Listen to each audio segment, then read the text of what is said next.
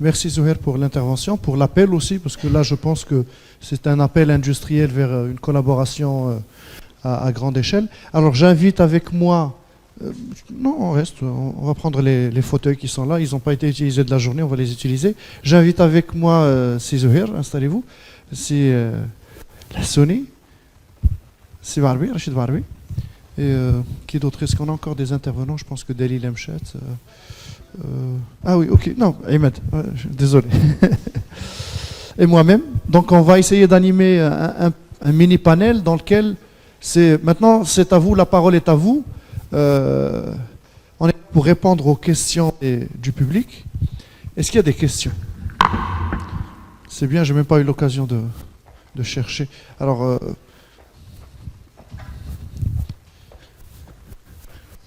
vous vous présentez rapidement et puis la question. Salut, Mohamed Touarka, élève de l'INSIAS.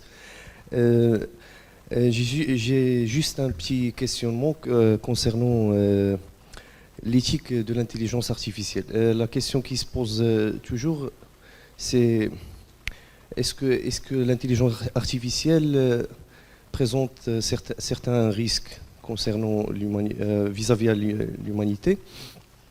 Peut-être que la question qui doit être posée, c'est à quel point on va nous se permettre d'exclure les maillons faibles de notre société. Parce que d'un certain point de vue, c'est une fatalité que les faibles vont être exclus. Peut-être que ça a été toujours comme ça. L'humanité a pu survivre jusqu'à présent qu'en négligeant les faibles et en se préoccupant que des forts, peut-être. Et dans cette optique, je me permets légèrement de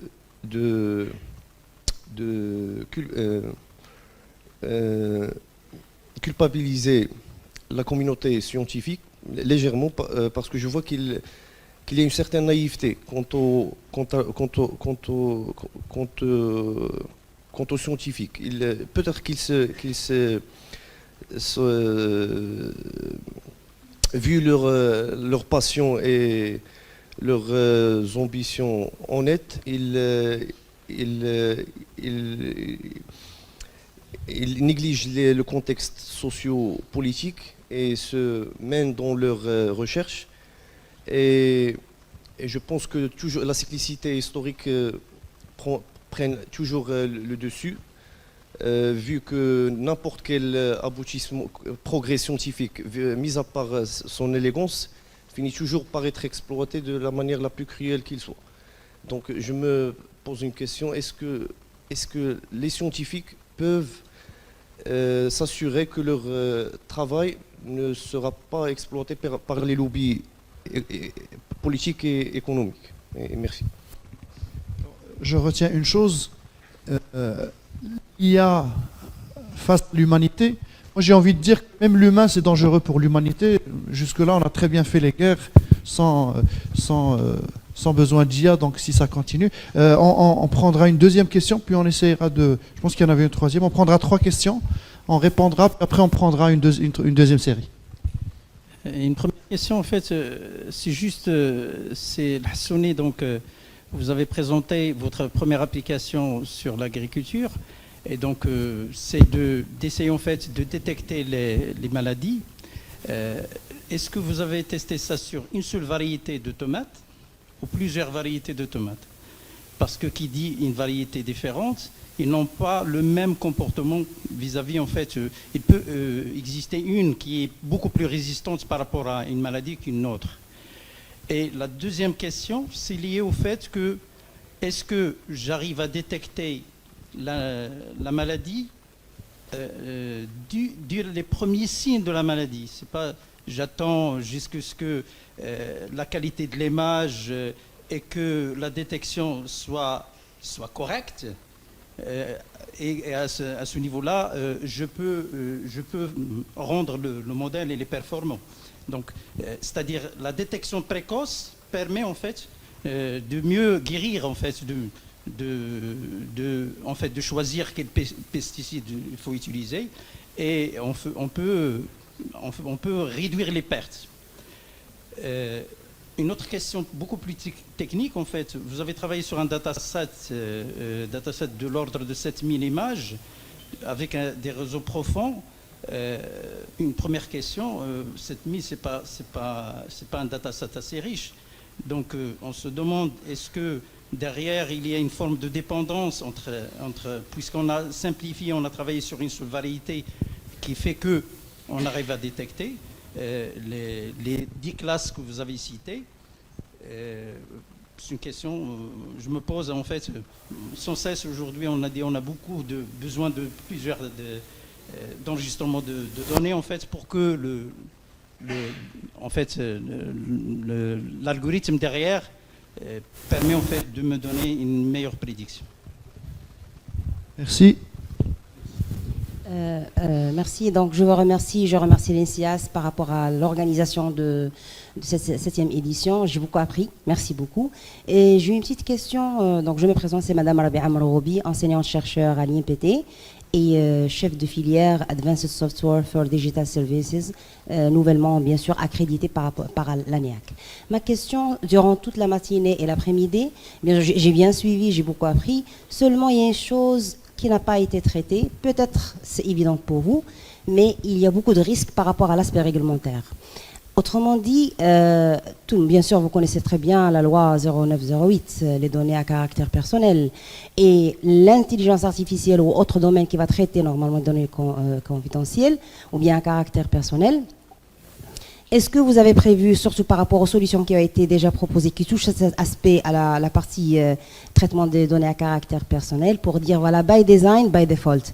Y a-t-il la possibilité actuellement de trouver des solutions? Oui, techniquement, c'est faisable, parce que techniquement, en matière d'algorithmique, en matière d'ingénierie, en matière des tendances de IT, c'est faisable. Maintenant, réglementairement, est-ce qu'il existe des solutions qui respectent ça? Là où le client final, moi en tant qui va alimenter les grandes bases de données, à un moment donné, je suis sûr que mes données sont sécurisées, à un moment donné, et vous n'allez pas, en tant qu'entreprise, avec toute l'évolution que vous voulez faire, ne tombez pas sur des choses telles qu'elle a été faite, par exemple, par rapport à la partie de Facebook dernièrement, bien sûr, qu'on a connue. Il y a ce moment-là, nos ingénieurs, s'ils vont penser demain à une solution IT, by design, by default. Merci. Merci. Donc, je pense qu'on va enchaîner sur cette dernière question. On va la traiter d'abord et je vais en profiter. Si vous avez présenté le cas de la CNSS, enfin des données médicaux. C'est Rachid Baharbi, vous aussi tout à l'heure, vous avez parlé mais le SI hospitalier aussi, ça m'a interpellé. Quid justement de la gestion des données personnelles? Est-ce qu'il faut qu'il y ait une phase d'anonymisation? Donc là, la question, je pense que vous deux, vous pouvez très bien traiter cette question en duo. Zuhair. Merci Salah. Moi je pense que la question est effectivement pertinente. Encore une fois, l'intelligence artificielle, sauf dans le cas de la partie marketing, du volet marketing où on personnalise des offres par rapport à des clients, elle n'a pas besoin de données personnelles. Elle a besoin de données étiquetées qui peuvent être complètement anonymes. Donc généralement, on passe par des étapes d'anonymisation de la donnée, c'est-à-dire on prend le référentiel client et on l'anonymise, bien sûr tout en gardant l'information avec un identifiant unique. Et donc ça permet justement de s'affranchir de cette contrainte. Encore une fois, sauf pour les solutions d'intelligence artificielle dans le domaine marketing, donc les chatbots par exemple commerciaux qui vont dialoguer avec le client, qui vont devoir récupérer des informations sur leur profil, etc. Dans les autres cas, si je prends le cas médical, que ce soit dans le domaine de l'agriculture ou dans d'autres domaines, on n'a pas besoin réellement de l'information sur le dossier de maladie, il est rapporté par rapport à quel patient. On a besoin juste de savoir qu'il y a une maladie, qu'il y a un dossier qui a été déposé, que ce dossier concerne tel type de maladie, que le traitement qui a été préconisé est tel type de traitement. Voilà, donc c'est une information anonymisée. Je ne sais pas si on peut répondre à d'autres questions. Ok. Et alors, juste par rapport à la première question, et je me permets, je suis désolé, je vais être un peu violent, mais, mais il le faut. Je pense qu'on a malheureusement toujours cette tendance. Cette même conférence, si elle a été tenue en Corée du Sud ou au Japon, on n'aura jamais posé la question du risque. Le risque existe dans toute innovation, dans tout domaine, par nature. Internet comprenait énormément de risques. Et le risque vient d'abord de l'humain plutôt que de la technologie. La technologie, elle est sur le principe neutre, on va dire, en termes de risque. Donc, c'est juste pour dire qu'il faut éviter, à mon sens, de se concentrer sur... Je ne dis pas qu'il n'y a pas de danger, qu'il n'y a pas des questions d'éthique, etc. Mais le vrai danger aujourd'hui qu'on a, c'est de ne pas y être. C'est de ne pas être dans l'intelligence artificielle. Ça, c'est le vrai danger. Après, que l'intelligence artificielle ait des conséquences, ça c'est évident. Même la révolution industrielle, quand il y a eu les machines, ça a eu des conséquences sur les emplois, ça a eu des conséquences sur les comportements, ça a eu des conséquences sur la responsabilisation. Qui a la responsabilité si une machine produit un mauvais produit? Donc, toutes ces questions peuvent être posées et légitimement. Mais sauf qu'à mon sens, la vraie priorité aujourd'hui, c'est d'abord d'être dans l'intelligence artificielle. Aujourd'hui, on ne l'est pas encore. Merci, c'est Rachid. Vous pouvez prendre la question que vous voulez, mais là, j'ai pensé systématiquement à vous pour l'aspect... parce que vous êtes dans l'assurance aussi. Il peut y avoir un aspect données personnelles à gérer. Merci pour cette question. En fait, comme vous le savez, maintenant, en 2009, je crois que c'était la loi 0908, c'était la date de la mise en conformité. En fait, toutes les assurances, toutes les compagnies d'assurance et les intermédiaires, bien sûr, plus d'autres sociétés, tous ceux qui manipulent les données sont obligés d'être conformes à la loi 0908. C'est vrai, l'aspect confidentialité est là. Mais là, jusqu'à présent, on n'est pas encore sur le open data. On traite des informations de nos clients, bien sûr qui ne sont pas pour l'instant anonymisées en interne, parce qu'on a des systèmes de sécurité, comme vous le savez, donc, dans n'importe quelle société. Donc on sécurise nos bases de données. Mais du moment pour l'instant qu'ils ne sont pas encore dans un système d'open data, il n'y a pas ce risque.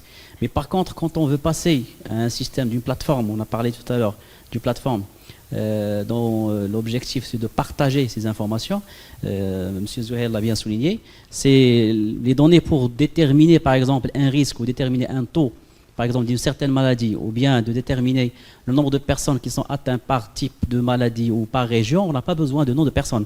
Donc ces données vont être bien sûr sécurisées, sont anonymisées, donc il y aura juste des codes qui ne vont pas, bien sûr, être à la base de reconnaître une personne ou telle région. Par contre, la deuxième partie de votre question, c'est que Salah, c'est concernant le e-patient. Donc déjà, il y a des pays qui ont déjà travaillé avec ce système. Donc bien sûr, la partie cybersécurité, donc comme vous l'avez dit, le risque zéro n'existe pas. Donc dans n'importe quel projet, quand on travaille sur un projet, parmi les choses, la thématique qu'on traite depuis le début, avant le démarrage même de projet, il y a une cellule, une organisation qui s'occupe de la partie risque. Donc est-ce qu'il y a des risques à éviter, des risques à minimiser, des risques à transférer vers l'assurance ou bien vers d'autres partenaires ou d'autres prestataires. Mais cela n'annule pas que, c'est-à-dire il faut avancer. Sinon, surtout pour nos jeunes, à chaque fois on parle il y a un risque. Quand vous prenez la voiture, est-ce qu'il n'y a pas de risque de prendre une voiture? Si on s'accroche au risque, on ne va rien faire, on ne va pas avancer. D'ailleurs, c'est parmi les choses qui ont freiné, je crois, le développement dans notre pays. Il y a pas mal de choses, pas mal d'opportunités qu'on n'a pas pu saisir à cause des risques. Et malheureusement là, j'aime pas dire le mot j'aime pas l'utiliser, c'est peut-être une question de culture aussi. On voit par exemple, je prends juste le problème du Maroc, à chaque fois on parle de problèmes de grève, de problèmes de demande d'emploi, et pourquoi on pense toujours au salariat? Pourquoi on pense au gouvernement qui va nous donner du travail? Donc il faut, je crois que c'est le rôle de nous tous, surtout des enseignants dans les écoles. On ne nous a pas appris, dès nos jeunes âges, l'entrepreneuriat. Il faut entreprendre, il faut aller devant. Ça c'est parmi les rôles de l'OSIM, on a parlé de l'action update, c'est dans les deux sens. C'est essayer de créer d'ailleurs, parmi les missions d'Innovating, vous êtes ingénieur, des futurs ingénieurs, ne pensez pas automatiquement. Peut-être dans un premier temps pour des stages, pour avoir de la compétence, pour expérimenter, pour avoir un retour sur expérience. Mais essayez dès le début de penser entrepreneuriat. Il y a 2-3 ingénieurs, vous pouvez lancer une petite affaire, une start-up. Et vous connaissez tous l'histoire des Steve Jobs et des Zuckerberg. Ils ont démarré de rien. Merci. Moi j'ajouterais peut-être aussi les opportunités, parce que je donne un exemple très simple. Google dernièrement a utilisé de l'intelligence artificielle pour optimiser sa gestion de l'énergie dans les data centers. Et donc en fait, elle a réussi à baisser de 30% sa consommation énergétique. Et l'objectif maintenant de Google, des mêmes équipes qui ont dit intelligence artificielle pour l'énergie, ils ont dit tiens, on va faire la même chose mais pour une ville. Et les distributeurs d'énergie à Londres, ils se sont amusés, ils ont dit ouais mais on verra bien ce que ça va donner, etc. Mais justement, on verra bien ce que ça va donner, on verra. Je rebondis sur l'histoire de l'open data. Je pense qu'effectivement, il y a une loi 0908 qui oblige au respect des données personnelles, mais il y a une constitution qui oblige les institutions à donner cette open data. C'est-à-dire qu'il ne faut pas, bien sûr, ce n'est pas encore une loi, mais il faut que ça s'applique, mais il faut prendre les lois, les opportunités, les réglementations pour ce qu'elles sont, et sur tous les volets. Dernièrement, on a eu le cas de l'ONCF qui a perdu ses données. Alors ils disent c'est pas nos données, le hacker de l'autre côté il dit non, c'est vos données, voilà la démarche. Mais je pense que la meilleure façon de répondre à ce type d'attaque, si c'est une attaque, c'est de donner les données. Je veux dire, de mettre un système en open data et dire voilà, nos données c'est celles-là, c'est pas celles qui sont présentées. Et là, les opportunités à exploiter ces données publiquement, légalement, vont apparaître. Aujourd'hui, une ville comme Londres, elle a, je veux dire, Rabat ou la Casa n'est pas plus sécuritaire que Londres. Les données publiques du transport londonien, elles sont open data. C'est-à-dire vous pouvez télécharger les arrivées, les départs des trains, des gares. Non, c'est pas les données. Non, je veux dire, il ne faut pas juste s'accrocher à un volet de la loi. C'est-à-dire, il y a une loi qui parle des données à caractère personnel, mais il y a d'autres bonnes pratiques qui parlent de la mise en disposition. Mais en fait, quand tu es obligé de mettre à disposition tes données, tu réfléchis en interne des données à caractère personnel. Tu ne les laisses pas quelque part jusqu'à ce qu'il y arrive un malheur. Question peut-être. Oui, en fait, c'est une question qui rejoint le panel, en fait, le sujet du panel.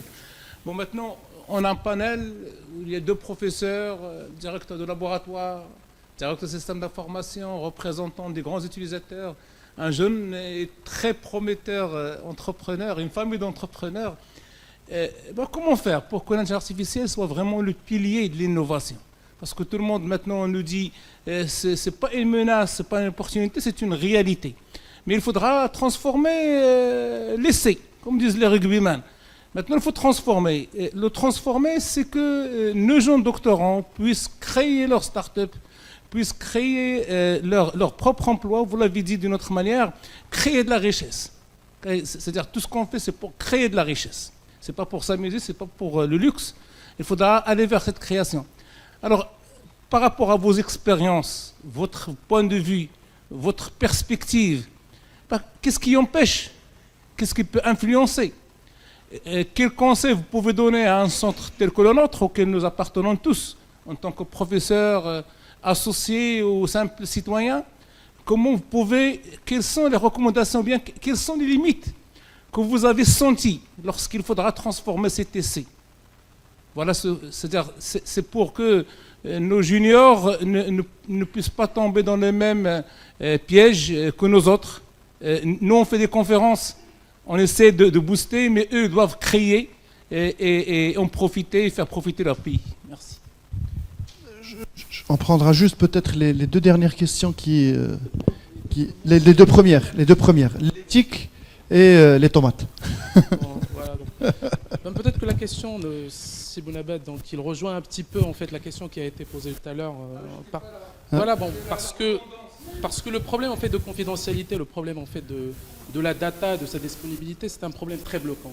D'ailleurs, en fait, les projets qui ont été présentés tout à l'heure en fait par CEHIR, bon, moi aussi j'ai essayé en fait de faire sortir en fait un peu ce qu'on est en train de faire dans les laboratoires de recherche et essayer de l'appliquer en fait au niveau du marché. Par exemple, j'ai eu une expérience dernièrement avec le CHU. On a proposé en fait une plateforme d'études de faisabilité qu'on peut vraiment modéliser leurs problèmes de gestion de ressources, de planification, etc., pour pouvoir améliorer un petit peu le métier. Mais le problème bloquant, c'était toujours en fait cette confidentialité, cette disponibilité de data, cette ouverture qui n'est pas vraiment à l'heure du jour. Et je vois, personnellement, moi, le problème, ce n'est pas un problème de réglementation, parce que la réglementation, elle est là. C'est un problème d'application, de méfiance, de confiance, qui n'est voilà, en fait, des acteurs politiques, peut-être en fait, les élites, peut-être qui ne suivent pas encore en fait, cette vague, cette évolution, et ces opportunités qui sont en train de s'ouvrir. Donc, voilà, peut-être la première chose qui peut se faire, c'est déjà en fait penser à une plateforme voilà, d'intelligence artificielle, donc qui va regrouper aussi bien la data, aussi bien les technologies, aussi bien en fait ce qu'on est en train de développer au niveau des laboratoires de recherche, au niveau des universités, aussi bien les compétences qu'on est en train de former, parce que malheureusement en fait on développe et on forme une compétence. Parfois on constate que c'est pas forcément pour le Maroc, parce qu'ils sont embauchés ailleurs. Bon, la moitié par exemple des ingénieurs qui sont formés en data science ou par exemple en ingénierie de données, je parle de l'INSEA, donc ils partent donc en Europe, en France, au Canada, etc. Et c'est vraiment malheureux. Pourquoi? Parce qu'il n'y a pas vraiment un écosystème marocain. Il n'y a pas un écosystème marocain. Et ça, c'est... Voilà, donc ça, c'est le premier. Donc penser éventuellement, après en fait, cette table ronde, voilà, donc à une collaboration en fait, entre l'ensemble des acteurs. Malheureusement, il n'y a pas de politiciens donc, avec nous, d'accord, mais bon, donc heureusement, mais bon, mais en fait, en fin de compte, elle est là, donc c'est un politicien. Donc c'est notre porte-parole, éventuellement, en fait, pour lancer un projet marocain dans lequel il y aura vraiment une plateforme de mutualisation de compétences. Donc ça, c'est le premier point. Deuxième point. Je pense que les enseignants-chercheurs, bon, parfois on est mal casés. Mal casés, peut-être la question tout à l'heure.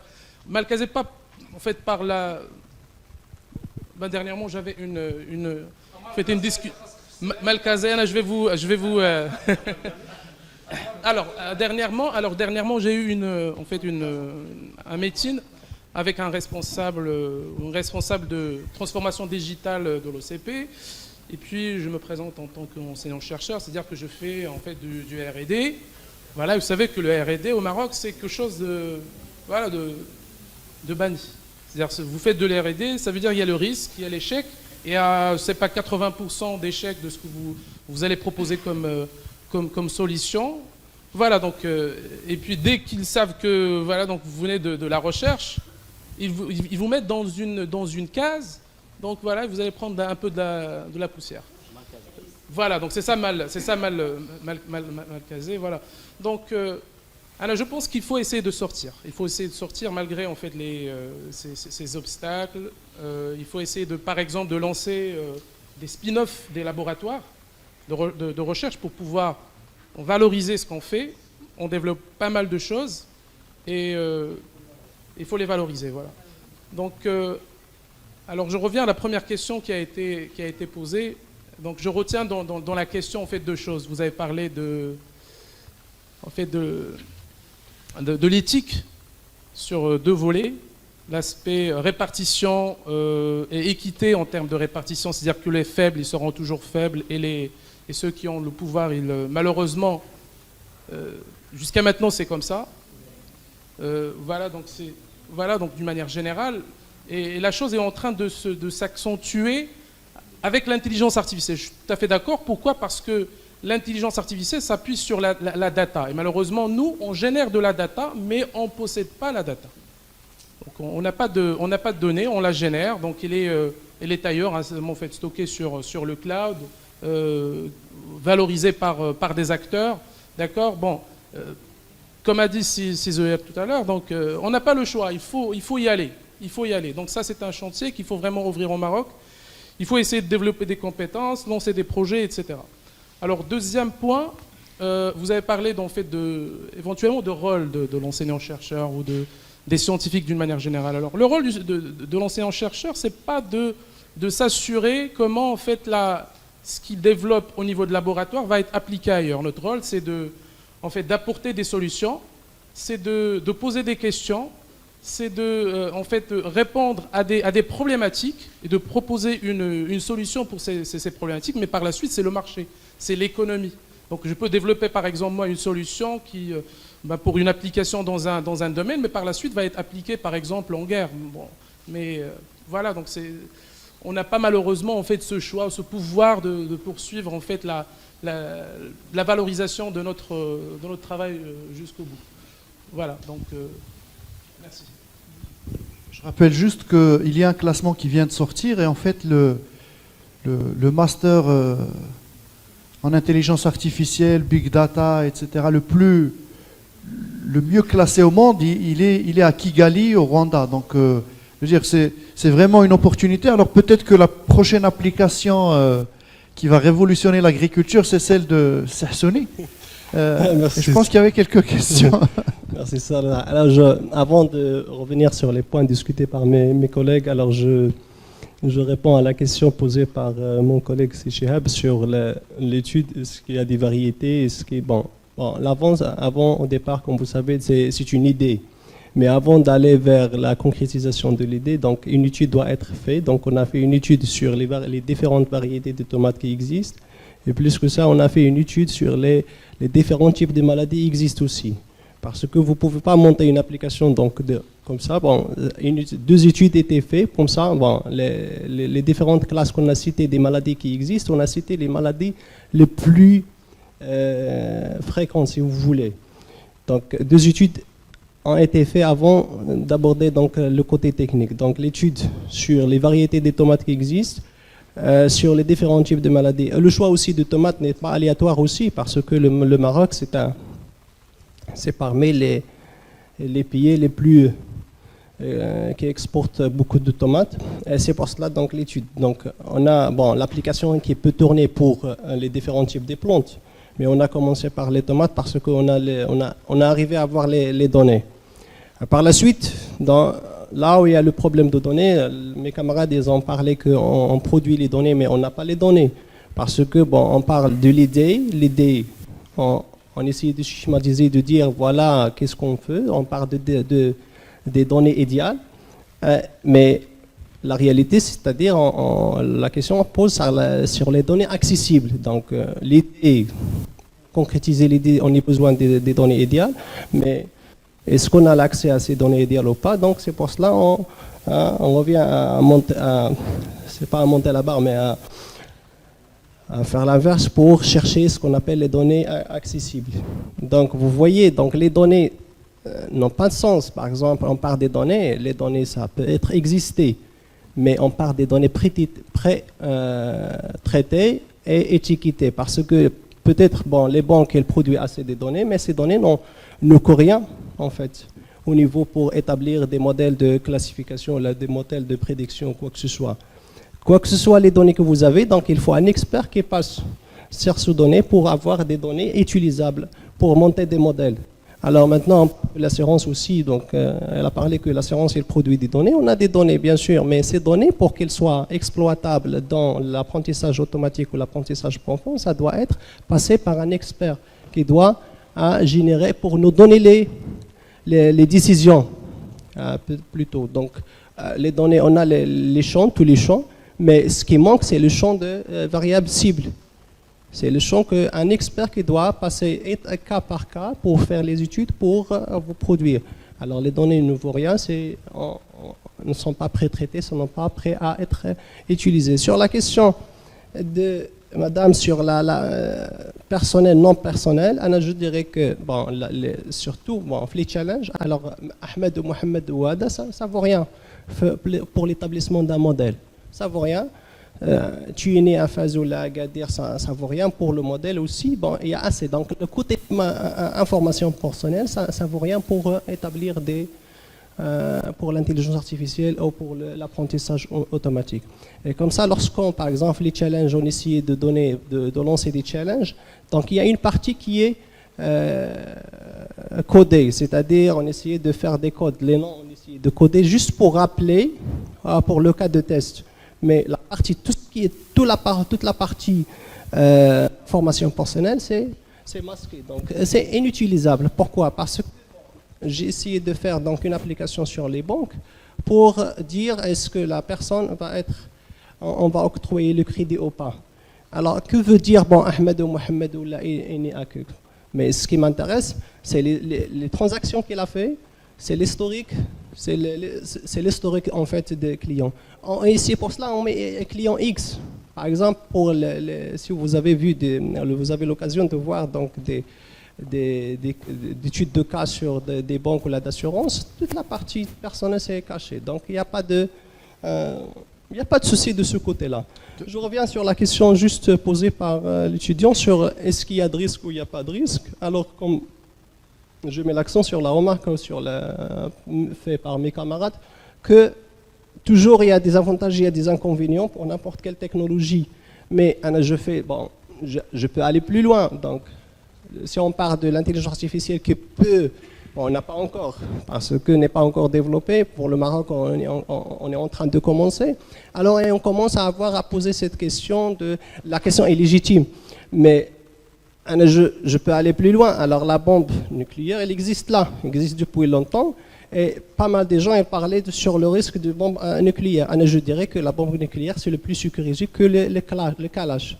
Donc vous voyez, donc même si le risque qu'elle présente, elle est bien sécurisée, elle est là, mais le problème c'est que si on parle de l'avantage des nucléaires, donc la production de l'énergie, ainsi de suite. Donc certes, l'intelligence artificielle, il y aura des inconvénients, mais les avantages sont plus que les inconvénients.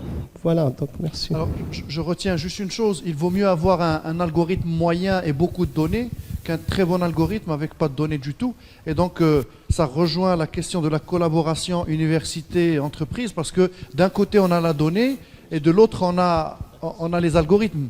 Donc, c'est peut-être... de toute façon, le débat va être ouvert. Juste pour sur le point, c'était pas...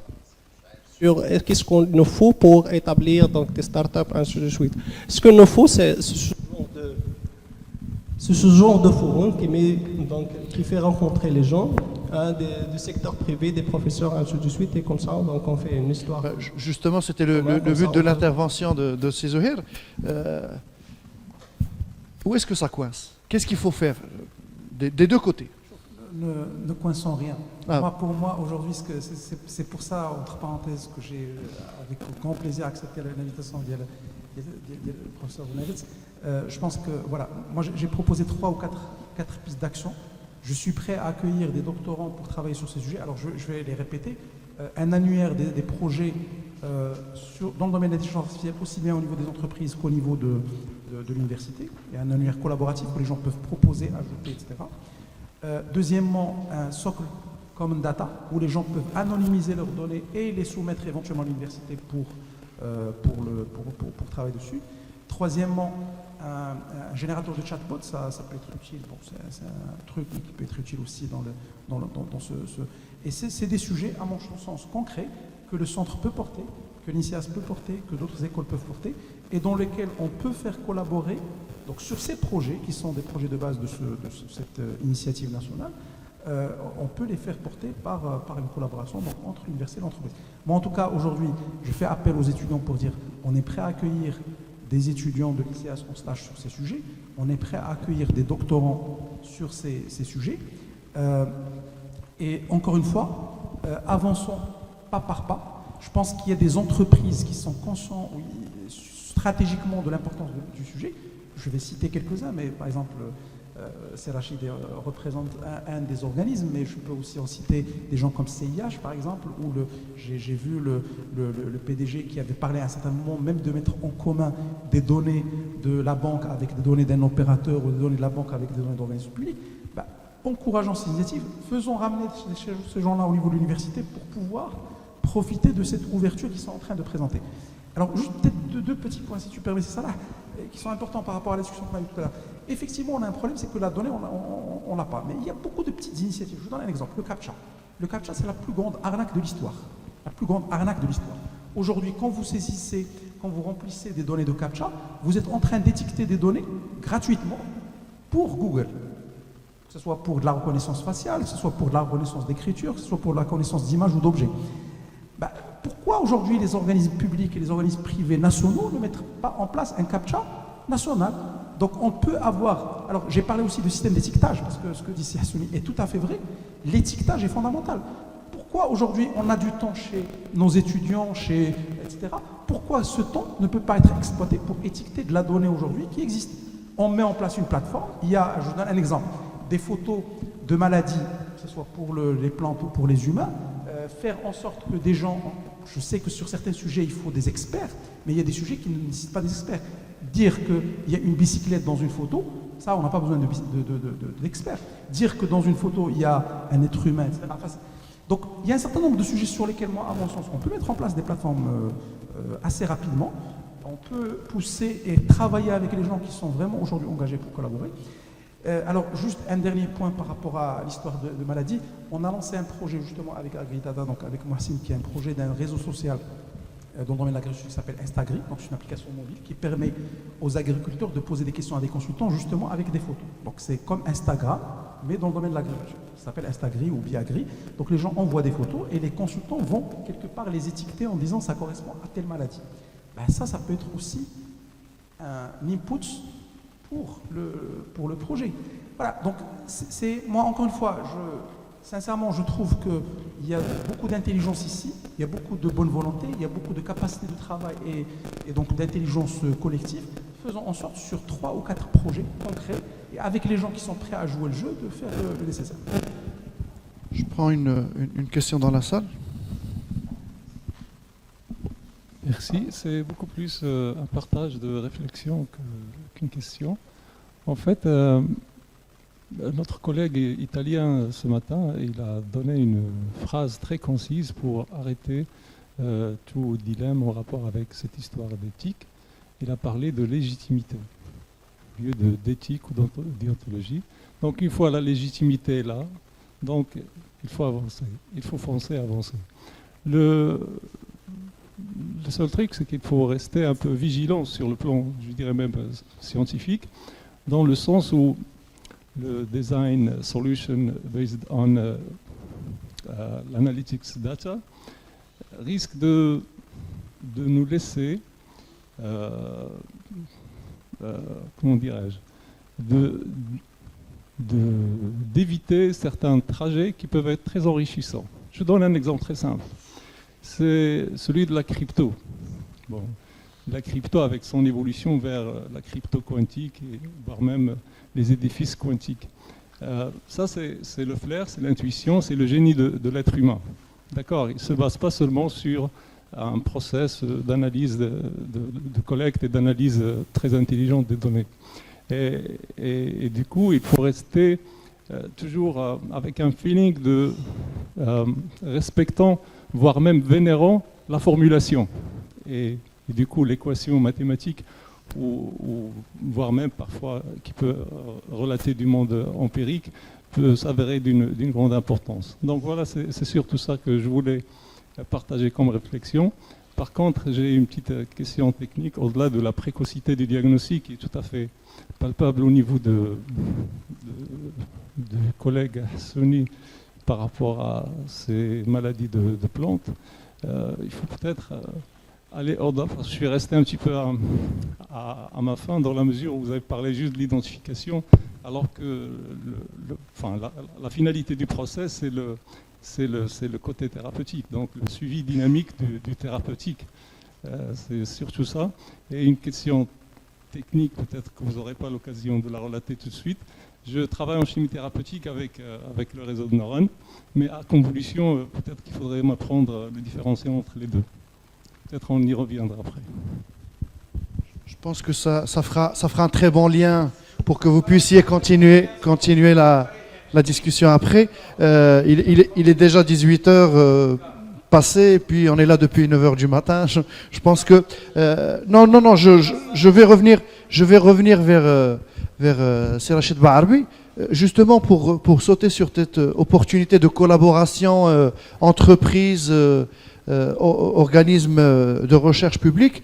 L'OSIM, elle peut très bien jouer le rôle d'un certifiant des deux côtés, c'est-à-dire certifiant la bonne volonté de l'entreprise et certifiant la bonne foi des universitaires. Et je pense qu'il y a besoin, je veux dire, mon expérience personnelle fait que les bonnes volontés existent des deux côtés, mais il faut du câble de cuivre pour que l'électricité, la fibre optique maintenant, pour que l'information passe. Et donc je pense que c'est le rôle d'associations et d'acteurs tels que l'OSIM aujourd'hui.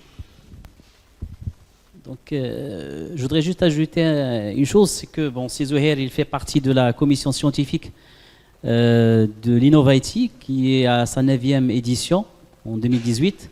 C'est un concours organisé et qui fait participer plus de, je crois, 8 à 9, c'est ça, 9 équipes l'année dernière. La dernière fois, c'était 9. Il y avait 13. Oui, avec ça, les finalistes, c'était 8, je crois, ou 9. Il y a eu 3 finalistes. Il y a un premier prix qui, je crois, c'était 70 000 dirhams. Deuxième prix, c'était 30 000, 20 000. Donc, c'est une opportunité pour les ingénieurs. Donc, une vraie opportunité.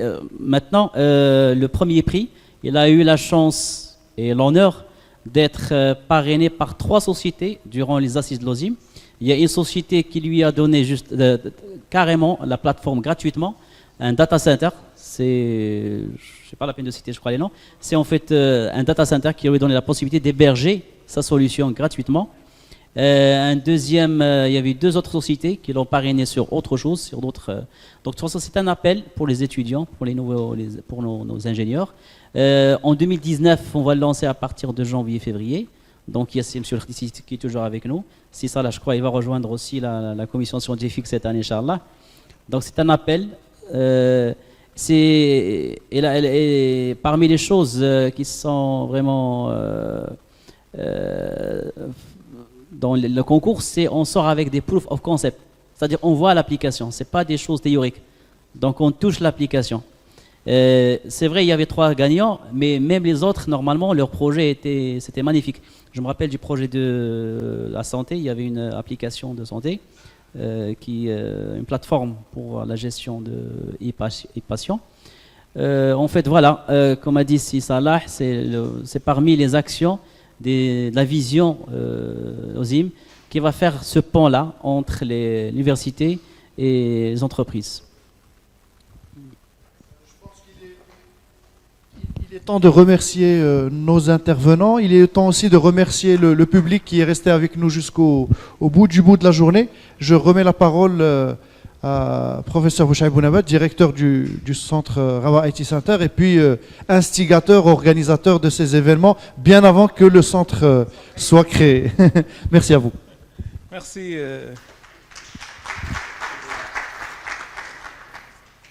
Pour clore,